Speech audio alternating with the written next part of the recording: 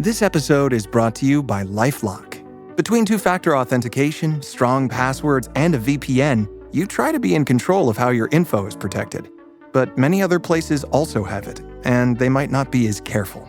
That's why LifeLock monitors hundreds of millions of data points a second for threats. If your identity is stolen, they'll fix it, guaranteed, or your money back. Save up to 40% your first year. Visit lifelock.com/podcast for 40% off. Terms apply. My favorite thing about Shipt since I signed up for Target Circle 360? No price markups when I order same-day delivery from tons of local stores. Only a handful of alcohol retailers and items don't count. I won't lie, I've had too much fun being like, markups on groceries? Not in my fridge. Markups on pet food? Not for my DOG. Markups on tools, electronics, home goods, meds? Not in my house. Anyway, it's awesome. Order now at shipt.com/360. Terms apply. Parents of tweens, if you're familiar with far-off drop-offs... Dad, stop, right here. Or get DMs about what's for dinner, you may be experiencing tween milestones. For your son or daughter, these can start at age 9. HPV vaccination, a type of cancer prevention against certain HPV-related cancers, can start then too. For most, HPV clears on its own. But for those who don't clear the virus, it can cause certain cancers later in life. Embrace this phase. Help protect them in the next. Ask their doctor today about HPV vaccination. Brought to you by Merck. I'm William Googe, a Vury collaborator and professional ultra runner from the UK. I love to tackle endurance runs around the world, including a 55-day, 3,064-mile run across the US. So I know a thing or two about performance wear. When it comes to relaxing, I look for something ultra versatile and comfy. The Ponto Performance Jogger from Vury is perfect for all of those things. It's the comfiest jogger I've ever worn. And the DreamKnit fabric is why I'll always reach for them over other joggers. Check them out in the DreamKnit collection by going to vury.com/William. That's VUORI.com/William, where new customers can receive 20% off their first order. Plus, enjoy free shipping in the US on orders over $75 and free returns. Exclusions apply. Visit the website for full terms and conditions. This podcast is brought to you by Carvana. Got a car to sell but no time to waste? Hop on to Carvana.com to get a real offer for your car in seconds. All you have to do is enter your license plate, answer a few quick questions, and if you accept the offer, Carvana will pay you as soon as you hand the keys over. They even offer same-day pickup in many cities. Save your time, score some cash, and sell your car the convenient way to Carvana. Pickup times vary. Fees may apply. Hey, it's Ryan Reynolds here from Mint Mobile. Now, I was looking for fun ways to tell you that Mint's offer of unlimited premium wireless for $15 a month is back. So I thought it would be fun if we made $15 bills. But it turns out that's very illegal. So there goes my big idea for the commercial. Give it a try at mintmobile.com/switch. Upfront payment of $45 for 3-month plan, equivalent to $15 per month required. New customer offer for first 3 months only. Speed slow after 35 gigabytes if network's busy. Taxes and fees extra. See mintmobile.com. Have you ever spotted McDonald's hot, crispy fries right as they're being scooped into the carton? And time just stands still. Ba-da-ba-ba-ba. Welcome to the HCI family of podcasts. We're your source for personal, professional, and organizational growth and development. We share our own original research, explore industry trends, and interview executives and thought leaders from across the globe. Join us for practitioner-oriented content around all things leadership, HR, talent management, organizational development, and change management. Maximize your personal and organizational potential with the HCI family of podcasts. Kelly Finnell, welcome to the conversation today. Thanks. It's great to be with you, John. It's great to be with you. You're joining us from Memphis, Tennessee. I'm south of Salt Lake City in Utah. And today we're going to be talking about the impact of employee ownership on morale and productivity, ESOPs, the like, and really how they can be leveraged within organizations. I love this topic. I think it's one that we don't explore and talk about enough because, it's really not the norm in a lot of organizations, honestly. And it's a really great untapped opportunity that we really should be thinking about and finding ways to incorporate more often in today's organization. So I'm excited to pick your brain and get your insights as we have this conversation. As we get started, I wanted to share Kelly's bio with everybody. Kelly Finnell is a sought-after speaker and leading expert on employee stock ownership plans. He has spoken at more than 300 conferences and meetings throughout the US, London, and Sydney. He is a published author on using ESOPs in succession planning. A trusted resource to business owners and exit planners, Kelly is the author of the ESOP Coach, Using ESOPs in Ownership Succession Planning, and the president of Memphis-based EFS ESOP Consultants. Kelly graduated magna cum laude from the University of Memphis and from its law school. There's a whole lot more I could highlight about Kelly and his background, but Kelly, I'm going to pause there. Anything you would like to share with the audience by way of your background or personal context before we dive on in? Well, maybe something that would be helpful is I have a little bit of experience in this area. It still amazes me when I think about the fact that I've been doing this for 44 years now. It's been the sole focus of my business for the last 15 years. And we're actually doing ESOPs all over the country. Last year, we did a transaction in Portland, Oregon, and in South Carolina, and at lots of places in between. Yeah, very cool. 44 years. That's a good amount of time doing a lot of good work. So congratulations to you on a long, successful career. That's awesome.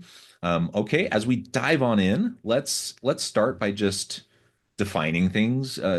Probably a lot of the audience is familiar with employee stock ownership plans, but can you spend just a little bit of time explaining what these are and how they differ from other employee benefit plans? Absolutely. An ESOP is really two things in one. For a business owner, an ESOP is an alternative to selling to private equity or to a strategic buyer. So an ESOP gives a business owner a way to cash in on their life's work by selling to their employees using the ESOP trust as a conduit for that transaction. And the reason people use it as a conduit is because of the many tax benefits that are offered by ESOPs. But we'll come back to that subject. And so for the employees, an ESOP is a retirement plan. So it's a first cousin to a 401k plan. But there are three key differences between an ESOP and a 401k plan that allow it to serve that dual purpose of being a liquidity strategy for the business owner and a retirement plan for the employees. So those three key differences are that an ESOP can borrow money, and no other type of retirement plan is allowed to do that. It would be illegal for a 401k plan to borrow money. The second difference is that an ESOP can engage in certain transactions with parties in interest. And the third difference is that an ESOP is required to invest primarily in the stock of the sponsoring employer. So when you put those things together, an ESOP is a retirement plan. It can borrow money. And so it borrows money from a bank and also from the selling shareholder in the form of what we call a seller note, a promissory note. The second key difference is that it can engage in certain transactions with parties in interest. So the ESOP uses those two sources of capital, those loans, to buy stock from often a company's founder, the existing shareholder. And then the third key difference is that the stock that's purchased becomes an asset in the employee's retirement account. So unlike a 401k plan where you have a family of mutual funds to select as an employee to invest in, with an ESOP, you don't have to make an investment decision because the stock of the company is going to be often the sole asset in your ESOP retirement plan account. Yeah, that's awesome. Thank you for that explanation. What I'm suspecting some are thinking is, well, isn't there some risk in not diversifying, with this kind of a plan? Absolutely. There are risks. And so one of the most fundamental theories of investing is that you want to have a diversified portfolio. And an ESOP is the ultimate concentrated investment program because typically the only investment of the plan is the company stock. Yeah. So what do you do about that? The answer is almost all of our clients, when they adopt an ESOP, they at the same time continue the 401k plan so that we have a balance. We have a diversified retirement plan for the employees in the form of the 401k plan. But then we also have this concentrated investment in the ESOP. Yeah. And I think that's really important. I think about it as other forms of investment and other forms of like company ownership that you might choose to be involved in. And you're still going to have your more traditional diversified retirement plans in place. You really need to, right? Absolutely. Because yeah, just like if I were to start my own business, there's lots of risk in that. If I were to, buy into some other business or buy stock, heavily into another business, same thing. Like you could always have a lot of risk in that. But there's tons of potential benefits. So let's talk about that. Let's talk about what ESOPs can do for the business. Like if someone's about to exit, an owner is looking towards succession planning and exiting, and they turn towards ESOPs, like what can that do for the organization in terms of culture, in terms of just the ownership mindset for the other employees? Yeah, culture is a key concept involved in most of our clients that are interested in doing an ESOP. So many times we'll have a business owner tell us that the key to the company's success is the culture that they've created and nurtured. And a wise business owner knows that if they sell to a third party, that third party might tell them that nothing's going to change. But the Right. reality of it is, if they've bought the business, they're going to make the decisions, and the target's culture is going to become the culture of the acquirer. And so wise business owners know that fact. And so if a business owner wants to be sure that culture is going to be maintained and enhanced after their liquidity event, they can use an ESOP for that purpose, because the people that control the company before the transaction are going to be the people that control it afterwards. And because of that, they're going to be able to maintain the culture.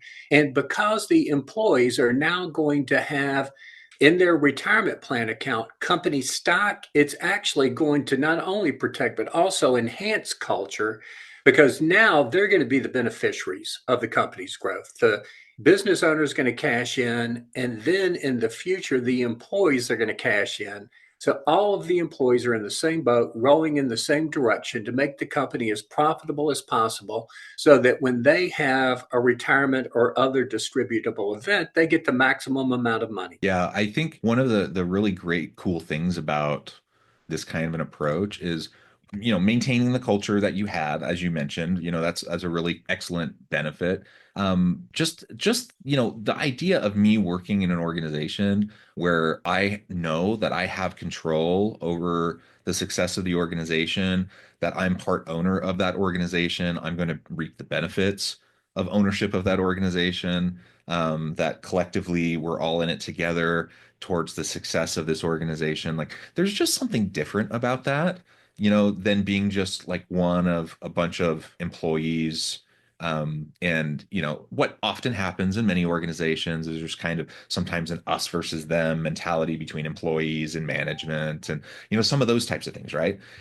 But one of the cool things about different forms of employee ownership approaches within organizations, and ESOPs is one of them, is that you start to break that down because everyone is in it together, right? Everyone is part owner. Everyone wants to see the organization succeed. And whether you're a C-suite exec or you're, whoever, kind of lower rung employee, you all are part owners and you all have an invested interest.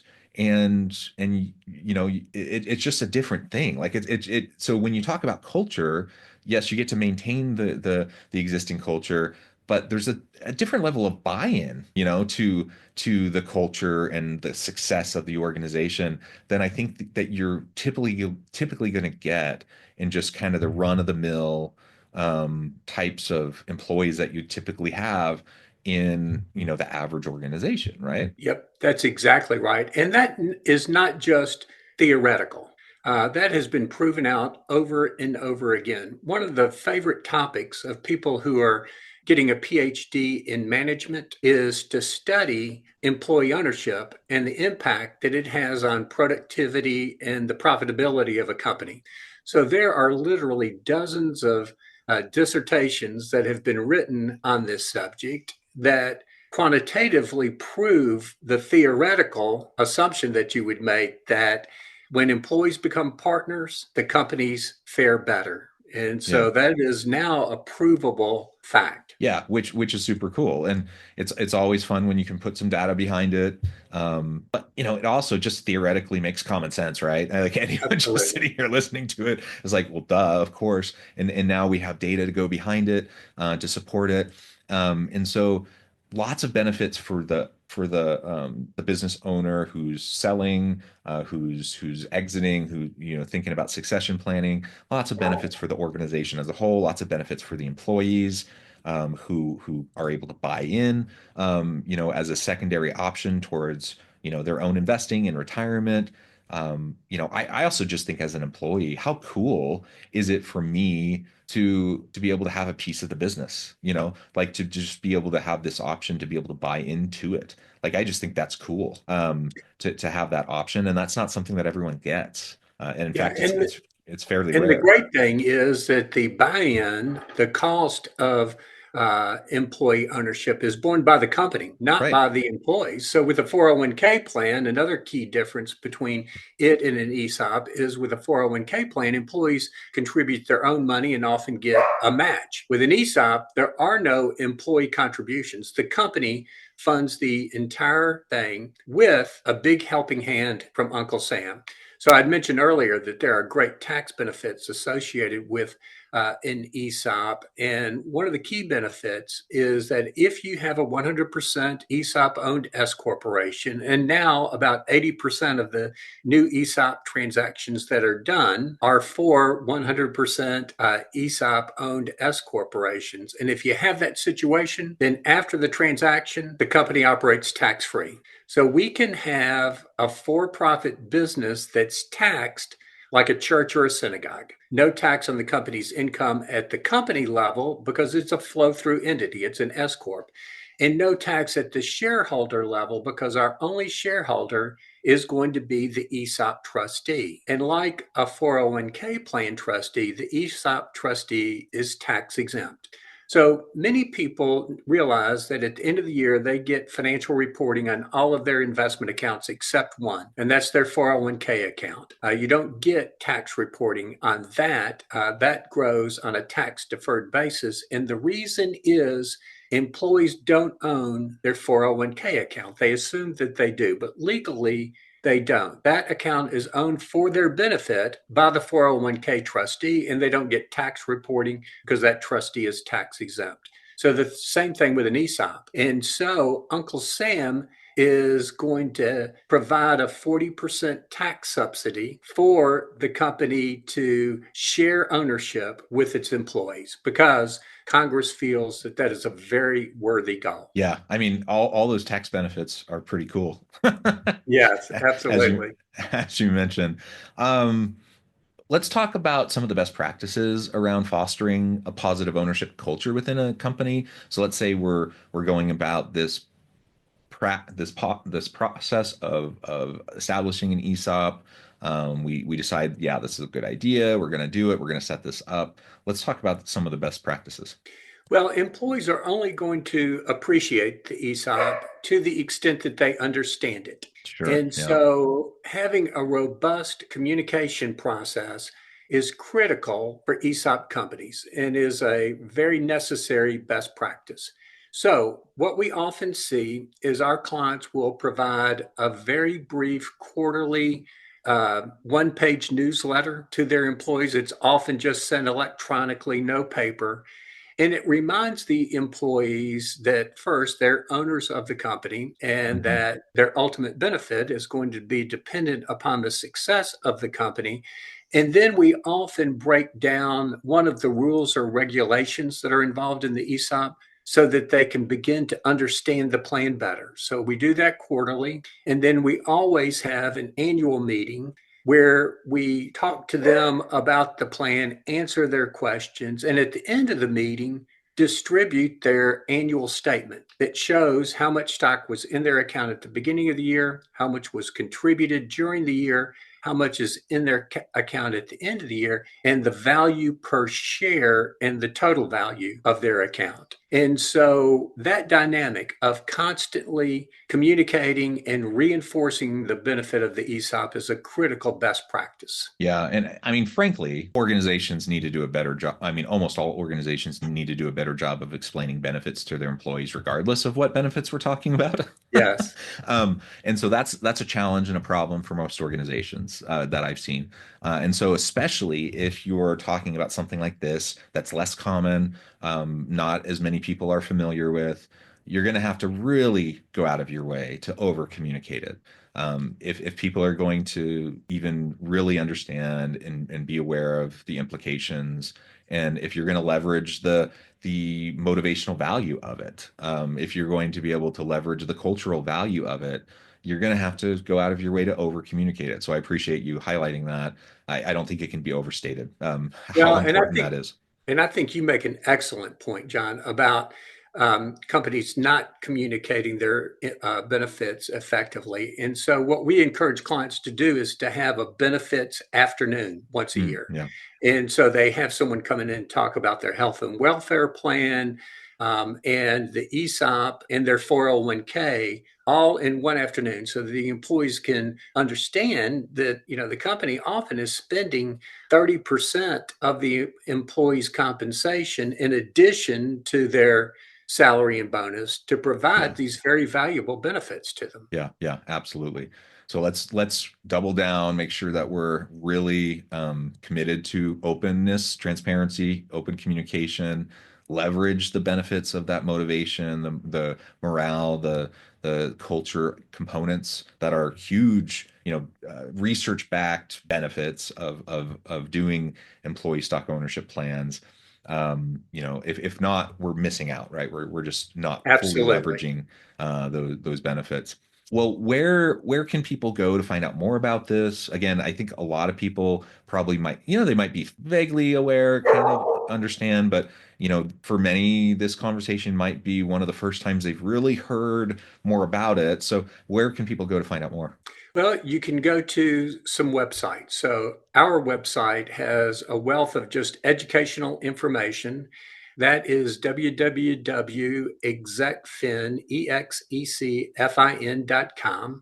Then, like every industry, we have industry associations. And so you can go to the industry association websites. The two of them are NCEO, National Center for Employee Ownership.org.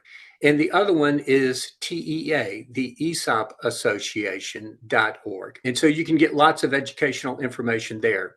You also can order my book, which is available on Amazon and is the only book on the market that is written for business owners about ESOP. So it explains what an ESOP is in common language and has half a dozen case studies, because I think business owners oftentimes learn best from stories. And so these are actual client case studies where the names have been changed. Awesome. Well, this has just been a fantastic conversation. I know at the time I'm going to have to let you go here in a minute, but before we wrap things up for today, I wanted to give you a chance to share with the audience how they can connect with you, find out more about your work and team, and then give us the final word for today.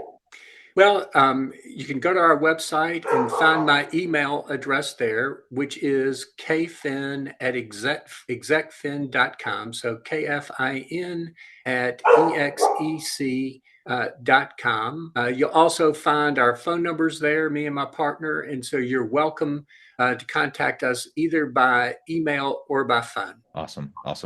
Thank you so much, Kelly. It's been a real pleasure. I encourage the audience to reach out, to get connected, find out more about what Kelly and his team can do for you. And as always, I hope everyone can stay healthy and safe, that you can find meaning and purpose at work each and every day. And I hope you all have a great week.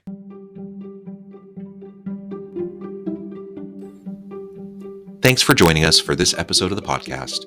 We hope you stay healthy and safe, and please join us again soon.